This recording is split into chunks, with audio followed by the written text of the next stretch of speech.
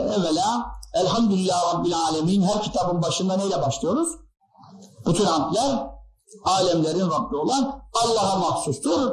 Bu Fatiha-i Şerife'den iktibastır. Zaten Fatiha-i Şerife Kur'an'ın da Fatiha'sı başıdır. Hamdsiz işe başlayan sonunu getiremez.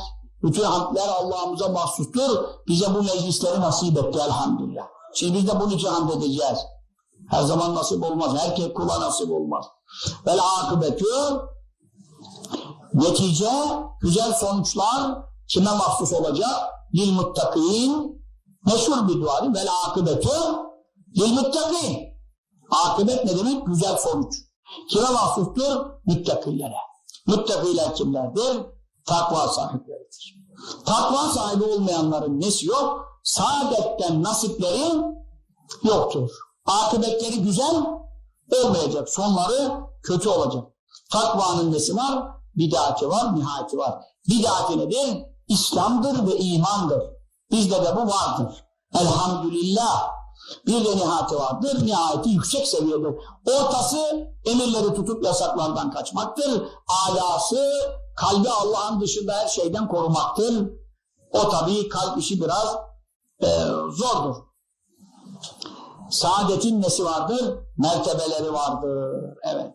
Her kim yarın ahirette peygamberlerle, sıddıklarla, şehitlerle ve salihlerle, yani hesapsız ve azapsız cennete gireceklerle haşrolmak isterse, istiyoruz da, isterse ne yapmalıdır?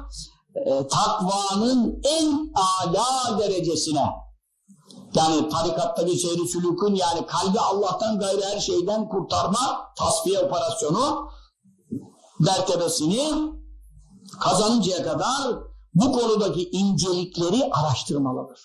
Ne kadar incelik var. Şüpheliden bile sakınma meselesi işte bu. Yani şüpheliden bile sakınırsa bunun nesi olmaz? Ahirette hiç hesabı azabı olmaz. Şüpheli bile ne yapar? Adamı biraz bekletir yani mahşerde. Zor iş ahiret. Ahiret çok ince iş ahiret. Yani adamın odunundan bir kıymık koparmış ya. Bir kıymık şöyle artık kürdan mı yapacaktı? Ne yapacaktı? Küçücük bir şey kıymık. Orada odunda kimin olduğu belli değil yani.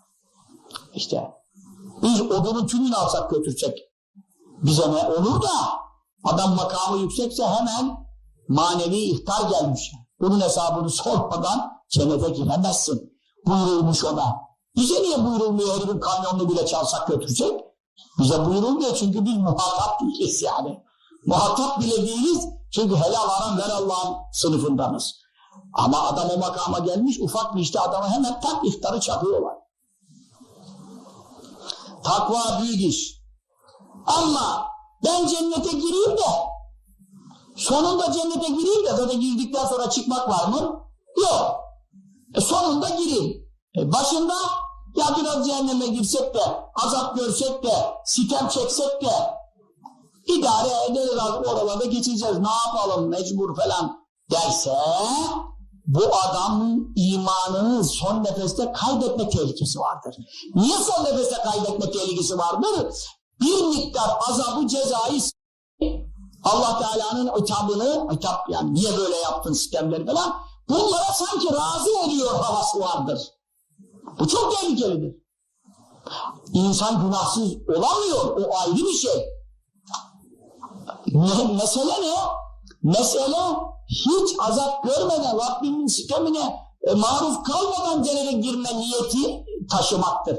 Bu niyeti taşımıyorsa, hani bunu becermek demiyorum, ama niyetinde bile ya ben sonunda cennete girsem yine razıyım falan. İşte bu edna ile aşağı dereceyle yetinmektir ki dünya meselelerinde edna ile yetinmeyenler, en alasına talip olanlar ebedi ahiret hakkında en düşük seviyelerle idare etmeye kalkarlarsa bu imanın zafiyetinin göstergesidir.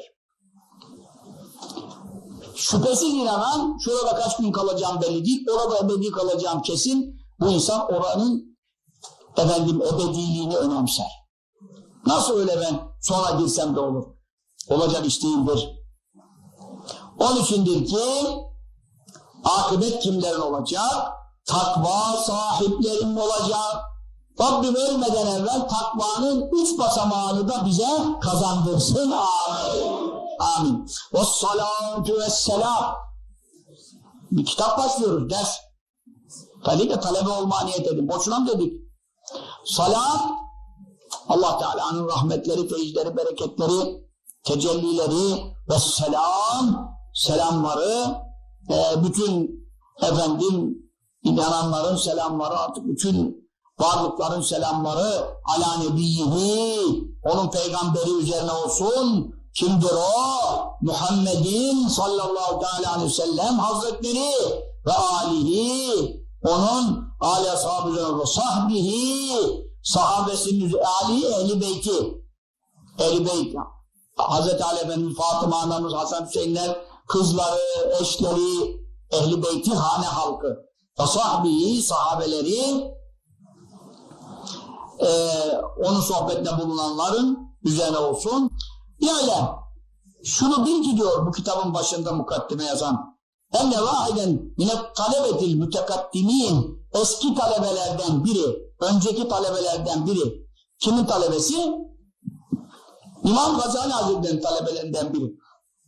Adı da bakalım var mı, ama sanki adı geçmiyor yani. Bu Eyyuhel Veled, Ey Oğul Risalesi buna yazılmış. Fakat yani ismini görmedim. Belki başka şehirlerde var mı? Bilmiyorum. Evet, eski talebelerden biri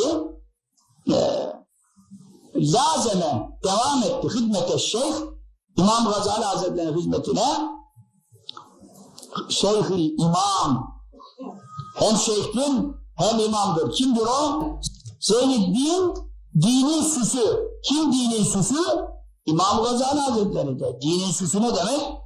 Mübarek adam o kadar hüccet, delil, burhan getirdi bu İslam'ı müdafaa için, ehl-i sünneti müdafaa için. Onun için din-i mübini İslam sanki onunla bir zinet kazandı yani. Lakabı. Hüccetil İslam. İslam'ın nesi? Delili, delil. Hüccet ne demek? Delil. İmam Gazali kimdir ya, sen ne diyorsun? Şimdi İmam Gazali'yi beğenmiyor. İmam Azam'ı beğenmiyor adam, bırak. Ney mi? Allah Allah. Koca İmam Gazali. Evet. O zatın dersine devam etti. Hizmeti ne demek? Dersine yani. Evliyaullah, alimlere hizmet eden, ne yani onlara takunyasını taşıyacak, peşkir getirecek, yemek getirecek, sade bu mudur? Onların yanında hizmet eden ne yapar? Bütün ilimlere vakıf olur. Kimdir bu Şeyh Efendi İmam, işte İslam'ın delili, dinin süsü, zineti? Ebi Hamid. Yani bu künyesi, Hamid'in babası Muhammed İbni Muhammed El-Gazali. İmam Gazali'nin ismi ne? Muhammed. İmam Gazali'nin ismi ne? Muhammed. Gazali nispeti yani. Evet. Efendim, adı Muhammed. Babasının adı yine Muhammed. Dedesinin adı yine Muhammed. 7 dedesine kadar Muhammed. Semerkant'te bir mezarlık var. Efendi Hazretlerimizde de gittik birkaç defa. İmam Maturidi orada yatıyor. Tabi orayı bu Rus işgallerinden, tabi 70 sene komünizmin elinde kaldı oralar. O zaman hep mezarlıkları bozmuşlardı yani. Hatta bir İmam Merginani var, meşhur Hidaye kitabı var ya, fıkıh, Hanefi fıkıh, Hidaye. El-Hidaye'nin sahibi İmam Merginani. Onda mezarı neredeyi o zamanlar sorduk da işte bize bir ev gösterdiler. Meğer Yahudinin evinin içinde mezar yani. Orada içki içiyor falan. Girdik ziyaret edelim. Bize de izin verdi falan ama tabii tahta o da yani altındaymış koca İmam-ı Merginani. Oradaydı mesela o zaman. Sonra uğraşıyorlardı, ediyorlardı. Biz sonra gittiklerimizde elhamdülillah oraların tümünü istimlak etti. Müslümanlar yani.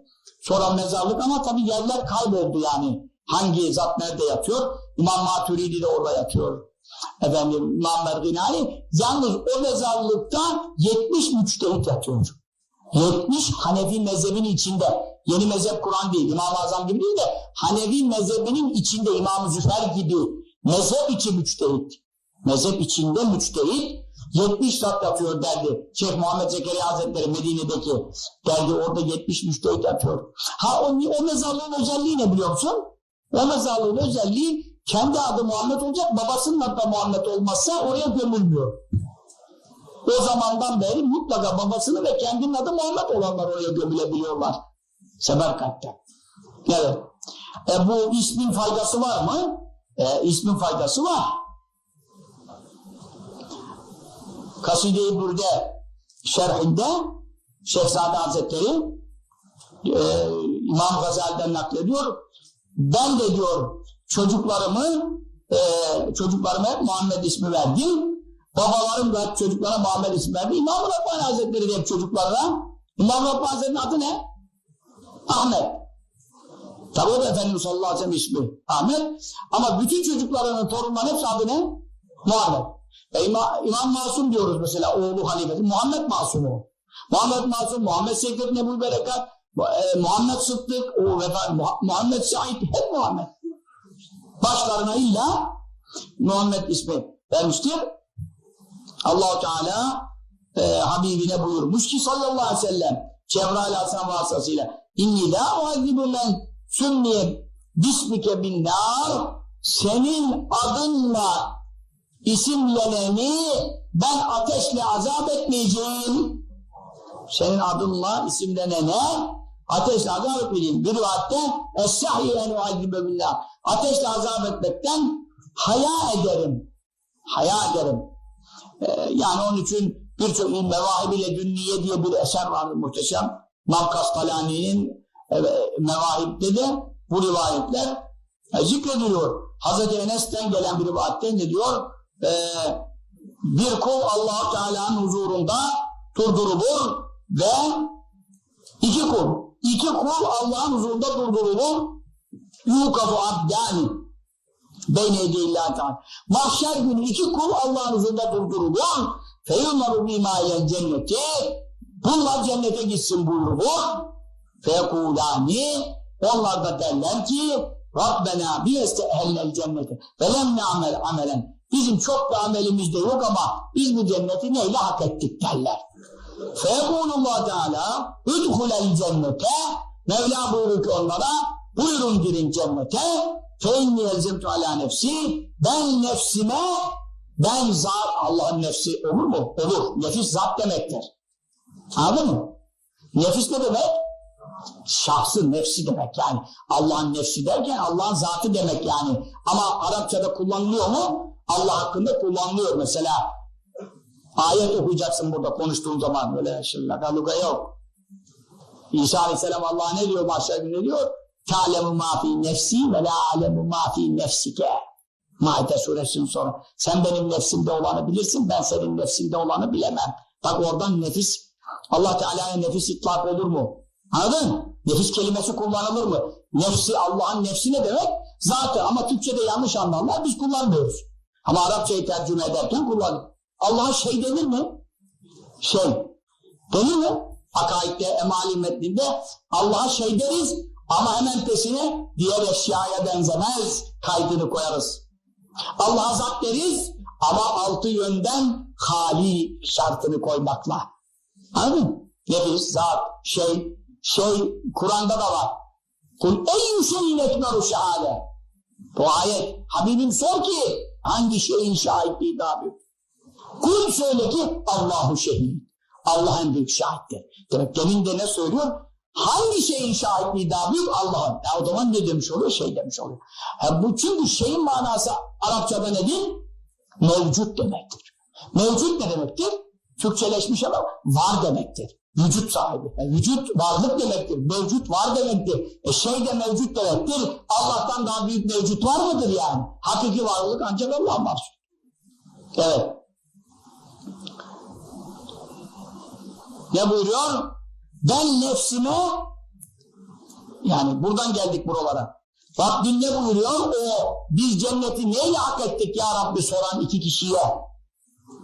Ben nefsime lazım kıldım ki en la udhilen nâra men ismi Ahmedu ve Muhammedu sallallahu aleyhi ve sellem. İsmi Ahmet ve Muhammed olanları cehenneme sokmayacağıma dair kendime karar verdim, kendi kendime.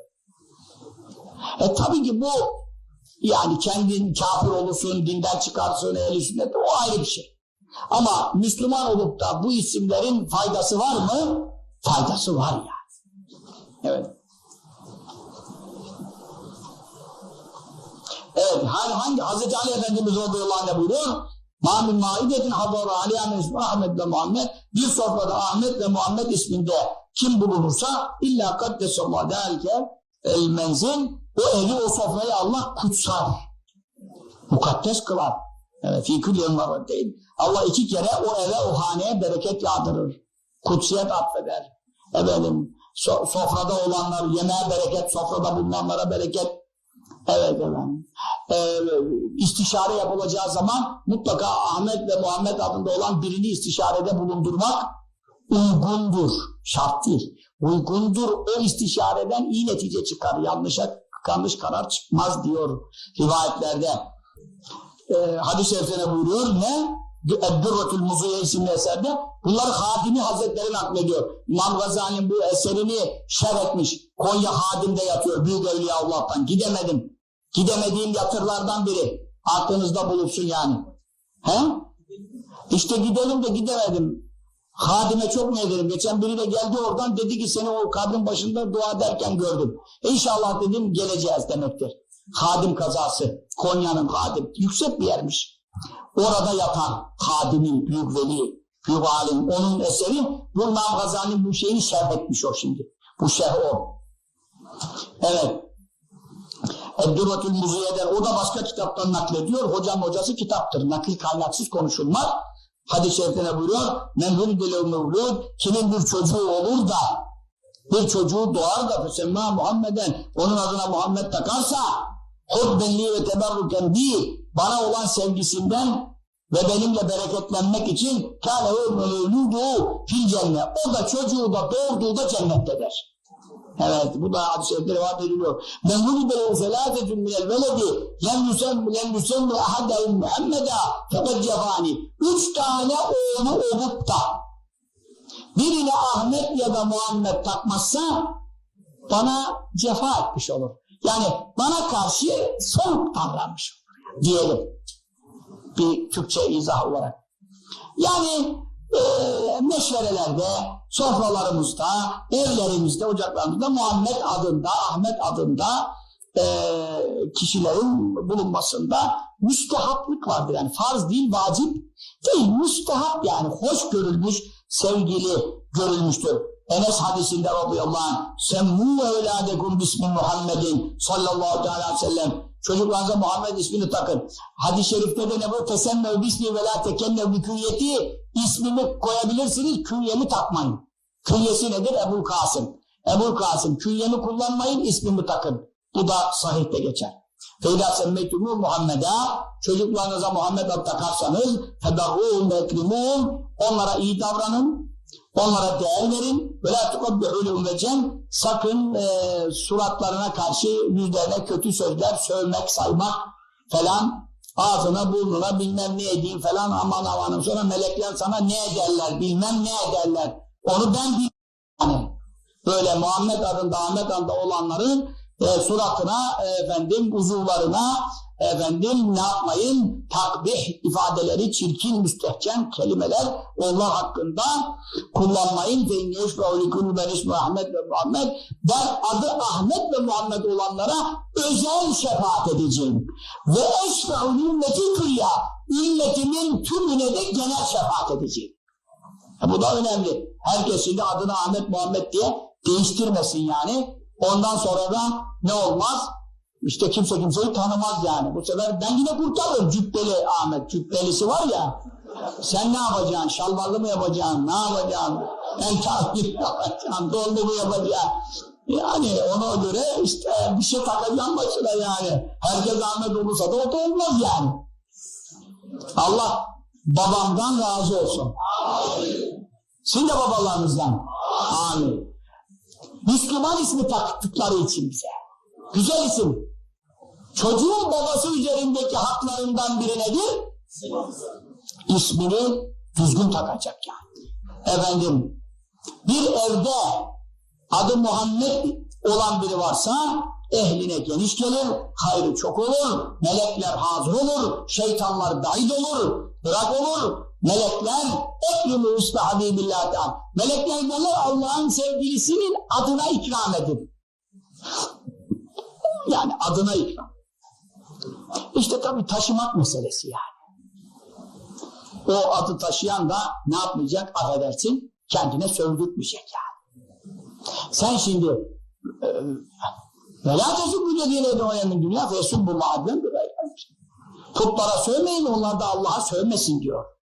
Yani batıl olduğunu söylersin ama hakaret mani söversen, Allah'a sövdürürsen günahı sana yazılır. Hadis-i şerifte ne buyuruyor? Ananıza babanıza sövmeyin. Dediler ya Resulallah ben anama babama niye söveyim? Dedi ki sen adamın ana babasına söversen, o da senin anana babana söverse, sen kendi anana babana sövmüş olursun. Niye? Sövdürmüş olduğun için. Şimdi bunlar çok önemli meseleler. Yani adın Ahmetse, adın Muhammedse, yani veyahut da neyse sakalın varsa, yok hacıysan falan bunlar bir vasıftır. İslam'ın sembollerindendir, temsil etmektedir. Sakalın varsa, sarığın varsa, cübben varsa, çarşafın varsa, üzerinde bir İslam nişanı, tesettürün varsa, yani dine gıcık olan biri senin şahsından geçip bu sakallılar, bu cübbeliler demeye başlar. O zaman yani adından öte direkt İslam'a da sövdürürsün. Dikkatli olacağız. Müslümanlık kolay iş değil. Yani İslam nişanlarını taşımak da kolay iş değil. İnşallah biz bunu taşıyacağız. Biraz külfeti olabilir dünyada. Buna da katlanacağız. Ama ahirette de bunun şerefine nail olacağız. Bunun bir şerefi var. Ama bir zahmeti de olacak yani. Kolay bir şey değil. Evet. Şimdi İmam Gazali Hazretleri hizmetinde daim olduğu eski talebelerden biri. Oradan onun adını söylüyor. Kim işte adı? Muhammed bin Muhammed el-Gazali Hazretleri. Onu söylüyor. Vestegale bit tahsil. Onun yanında tahsille meşgul oldu. Ve kıraatil ilmi aleyh. O Şeyh Efendi Hazretlerinden ders okumakla meşgul oldu. Hatta cema'a bu talebe ne yaptı? Cem etti, topladı. Dekâibel ulûm. En ince ilimleri tefsir, hadis, fıkıh, akaid, tasavvuf hepsini yuttu. Vestekmele kemale erdirdi. Fedâ'a ilen nefsi nefsani faziletleri ne demek? İlim, amel, ahlak, melekat-ı hamide, övgüye değer melekeler, kabiliyetler geliştirdi. Sonra bu talebe tefekkara yevmen bir gün düşündü, daldı gitti. Fi hali nefsihi benim durumum ne olacak? İlimleri yuttu. Amelleri de bitir yapıyor. Hiç eksik yok. Tasavvuf da tamam. Yani nefsini de tezkiye etti, terbiye etti. Fakat yine de benim halim ne olacak diye düşünmeye başladı. Çünkü tefekkür ne demek? Düşünmek. Yani bir insan sonunu düşünse, imanla ölebilecek miyim diye düşünse, ölümüm nasıl olacak, sonum nasıl olacak diye düşünse, bu nedir? En büyük tefekkür. Tefekkürü sa'a hayır mı ibadet sene? Bir saat tefekkür, bir sene gafletle ibadetten hayırlıdır. Bazı rivayetlerde 60 sene, 60 sene, bazı rivayetlerde 70 sene, 70 sene normal böyle alışılagelmiş örf adet kabiliğinden yapılan ibadetlerdense bir an düşünmek. Ne olacak ya Rabbi benim durumum? Sen ne büyüksün, ben ne rezil durumdayım. Bu şekilde bir düşündü. Rahat ala bali neticede aklına geldi ve kâle kalbinde kendi kendine düşündü. İnsan evvela nerede konuşur? Kalbinde konuşur. Konuşacağı şey insan evvela nerede kurar? Kalbinde, aklında kurar yani. Ondan sonra dile döker değil mi? Çoğu kere ne konuşacağım diye giderken düşünürüz bir yere birisiyle konuşmadan evvel. Dedi ki inni qara'tu ben okudum enva'an minel ulum türlü türlü ilimler okudum. Ve sarartu harcadım ray'ane umri ömrümün en kıymetli dönemini, kuvvetli dönemini ala teallümiha bu ilimleri öğrenmek üzere ve cem'iha toplamak üzere sarf ettim. Vel an şimdi ise yenbeği gerekir ala aleyye aleyye bana ne gerekir? En aleme bilmem gerekir. Neyi bilmem gerekir? Eyyü nev'iha İlimlerin hangi çeşidi yenfeuni bana fayda verir? Gaden kıyamet gününde, yarın. Yarın ne demek yarın? Yarın ahirette. Hep hocalar konuşurlar, ne derler hep? Yarın ahirette. O yarına dikkat edelim. Ayet-i kerimede de bunu buyur. Belten zurnersun mâkad demet ligadin. Haşr suresi Levenzelna'nın hemen üstündeki ayet-i kerimede ne buyuruyor? Her nefis yarın için ne hazırladığını düşünsün. Yani çünkü dünya bugün, ahiret yarın. Bu kadar yakın, 100 sene, 1000 sene bile bitmiş, bizimki mi bitmeyecek, ömürler bitmek üzere. Yarın ahirette bana hangi ilim fayda verecek? Şimdi kardeşim, mühendisliği yutsun, hendese, cebir, matematik yani, kozmografya, yani gök bilimleri, efendim, şimdi ne diyorlar işte, astronomi diyorlar, efendim, tıp, hikmet, doktorluk falan, dolu ilim var yani. Ben yarın ahirette bu ilimlerin hangisi bana yarayacak? Ve yunisuni, benim vahşetimi def edecek, bana ünsiyet ve huzur verecek. Nerede? Fi kabri. Mezarımda benim yoldaşım hangi ilmim olacak? Ve eyyuha, hangi ilim? La yenfe'u hatta etruke'u. Hangi ilim ben onu bırakmadıkça efendim fayda vermeyecek? Eyyuha, hangi ilim la yenfe'uni? Hangi ilim bana fayda vermeyecek? Hangisi verecek, hangisi vermeyecek? Verene sarılacağım, mezarda fayda vermeyeceğini anladığımı hatta etruke'u bırakacağım. Yani vakit geçirmeyeyim, ömrüm gidiyor. Neyi okuyayım, neyi dinleyeyim yani? Bırakacağım diye düşündü. Kema kâle sallallahu teâlâ aleyhi ve selleme, Resulullah sallallahu aleyhi ve sellem, Allahümme yâudu bike, ey Allah ben sana sığınırım, min ilmin, bir ilimden ki la yenfe'u, fayda vermez ola. Fayda vermeyen ilimden sana sığınırım. Evet, ve min kalbin la aşşâ'u, senden korkmayan kalpten sana sığınırım. Ve min cehmetin la tedme'u, yaş akmayan, senin korkunla yaşarmayan gözden sana sığınırım.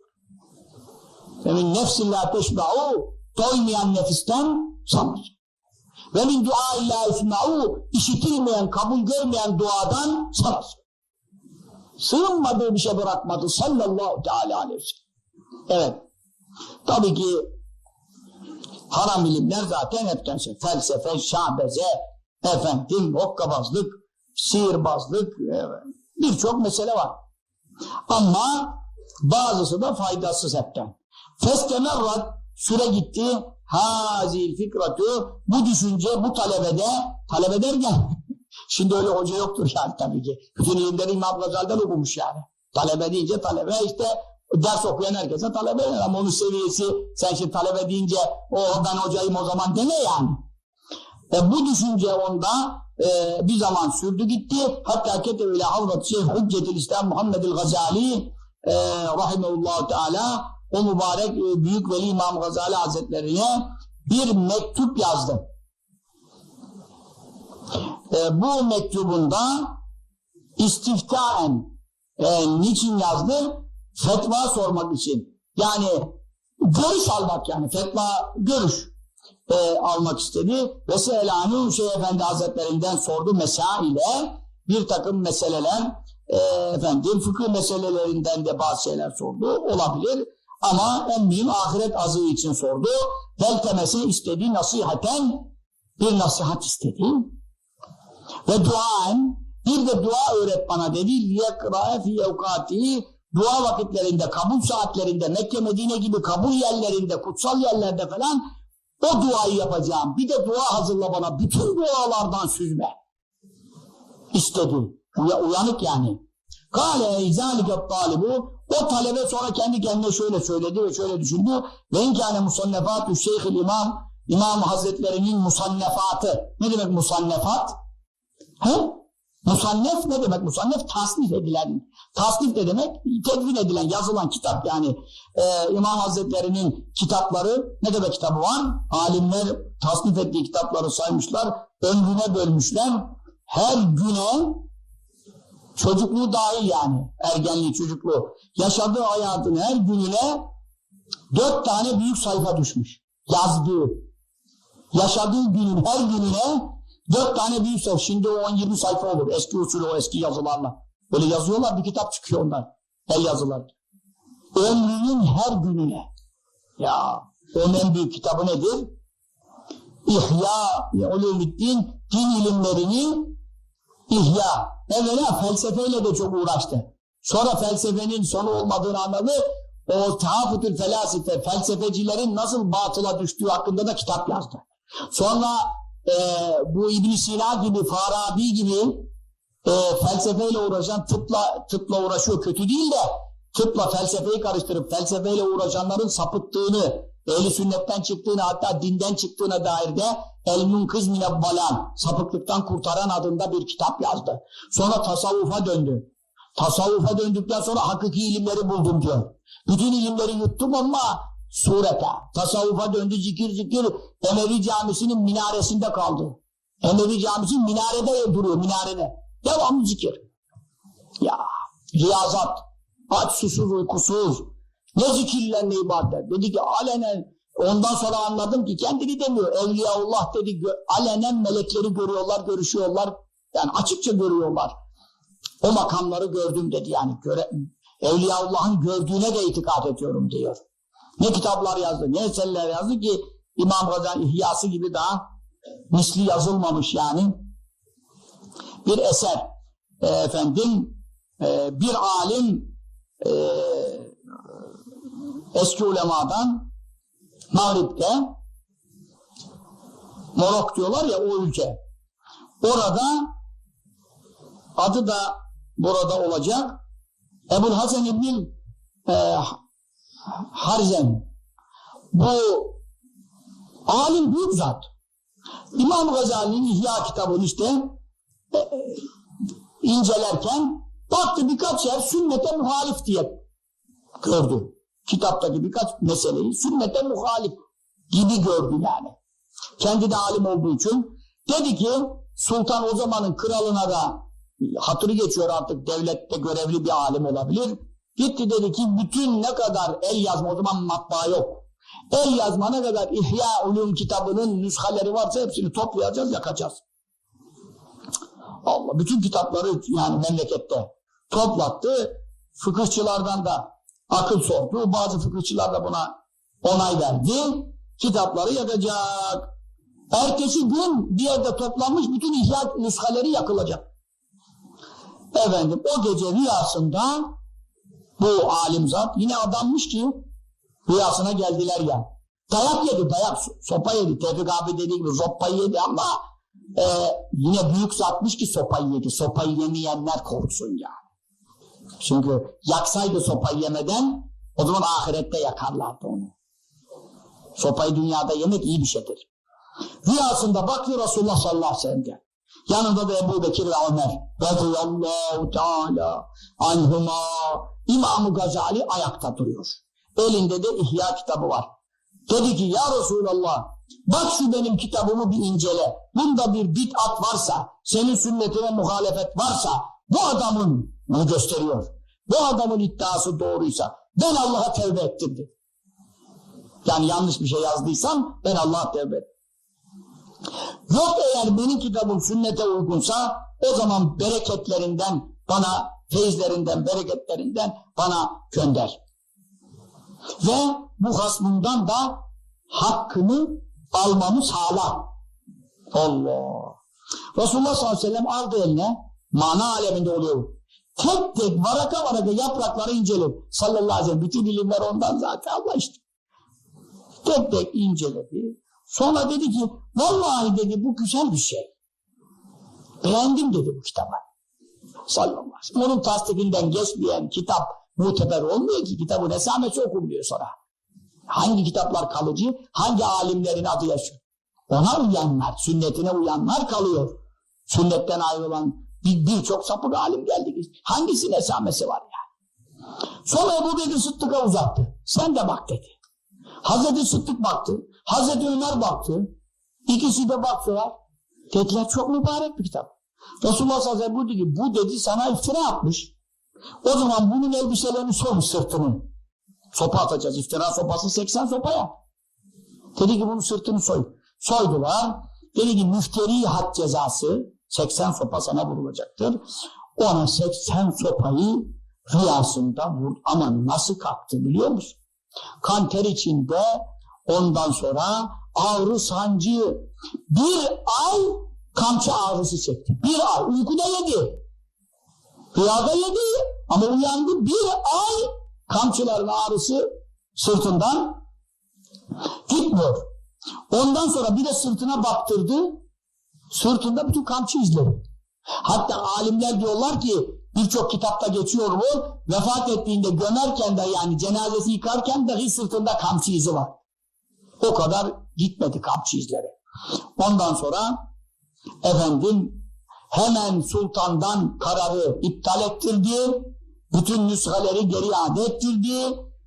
Ya bu nasıl bir kitapmış mübarek. Bir baktı tam sünnete muvafık buldu. Sopayı yersen muvafık bulursun. Ya bu nasıl bir mesele biliyor musun? Bu anlattığımız mesele hikaye değil. Bunu kim naklediyor kitaplarında biliyor musun sen?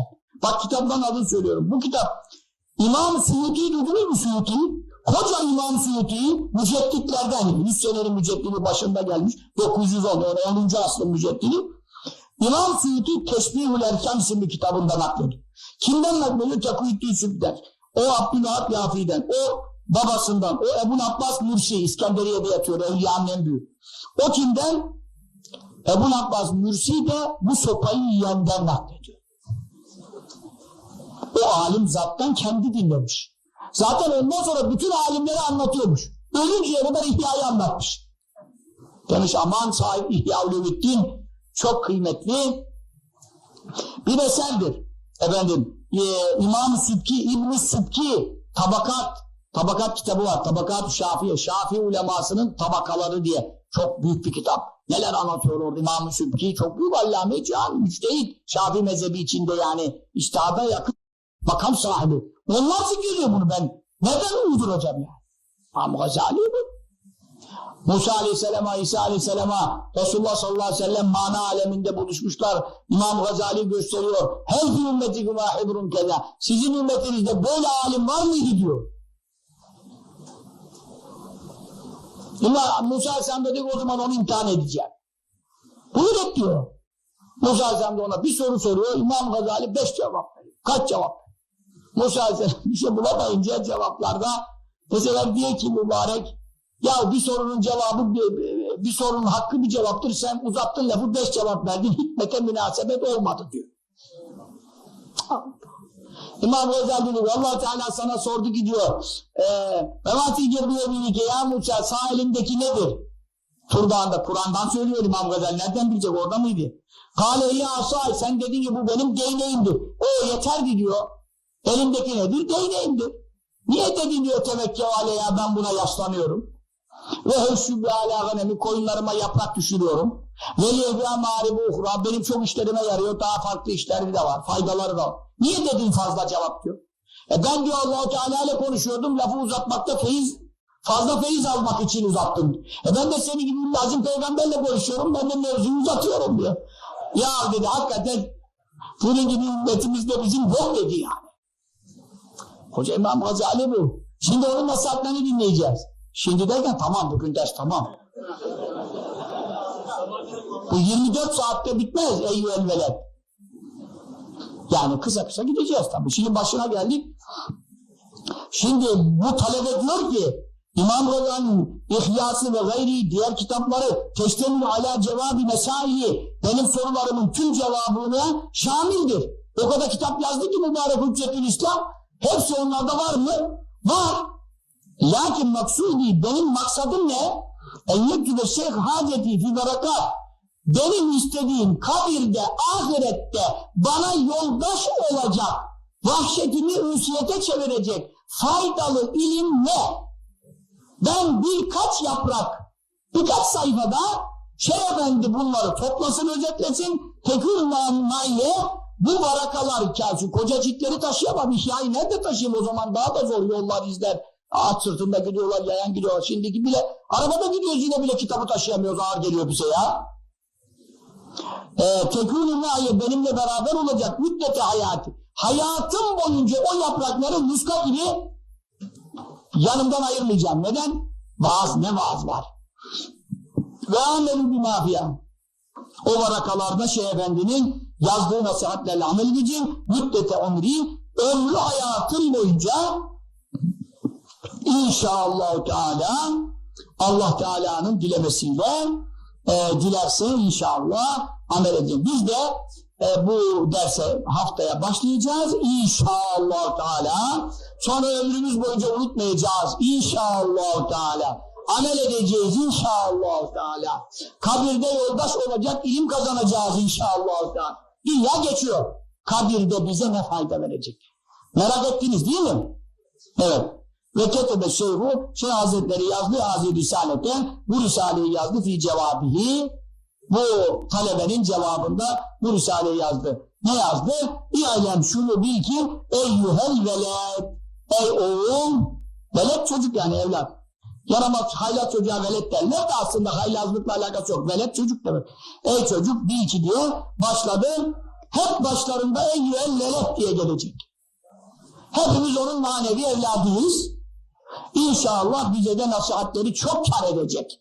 İşimize işleyecek. Çünkü amel eden insan. Onun vaazı tesir eder. Siz beni dinlemiyorsunuz. Ben dinlemeye gelmeyeceksiniz. İmam Gazali Hazretleri'nin dersine geleceksiniz. Ders çeviriyorum. Türkçe çeviriyorum. Ders İmam Gazali Hazretleri'nin dersi olacak inşallah. Tamam.